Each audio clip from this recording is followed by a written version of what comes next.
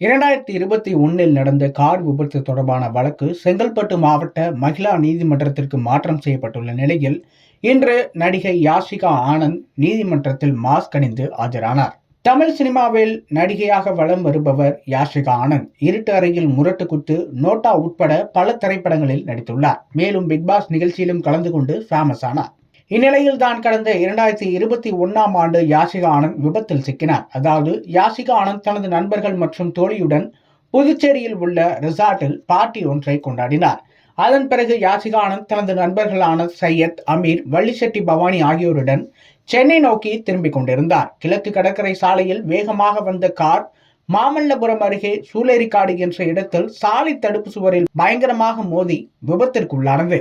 இதில் வள்ளிசெட்டி பவானி சம்பவ இடத்திலேயே உயிரிழந்தார். நடிகை யாஷிகா ஆனந்த் உள்ளிட்டவர்கள் படுகாயம் அடைந்தனர். இவர்கள் மருத்துவமனையில் தீவிர சிகிச்சை பெற்று வந்தனர்.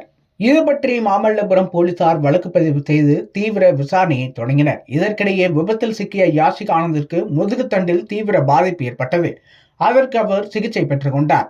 தற்போது மீண்டும் அவர் சினிமாவில் கவனம் செலுத்த தொடங்கியுள்ளார். இதற்கிடையே தான் விபத்து நடந்தபோது காரை யாஷிகா ஆனந்த் ஓட்டியதாக கூறப்படுகிறது. மேலும் விபத்து தொடர்பான வழக்கு செங்கல்பட்டு ஒருங்கிணைந்த நீதிமன்றத்தில் நடந்து வந்தது. விசாரணைக்கு ஆஜராக கூறியும் யாஷிகா ஆனந்த் ஆஜராகாமல் இருந்தார். இதையடுத்து அவருக்கு கடந்த ஆண்டு பிடிவாரண்டும் பிறப்பிக்கப்பட்டது. இருப்பினும் கைது நடவடிக்கையில் இருந்த யாஷிகா ஆனந்த் தப்பினார்.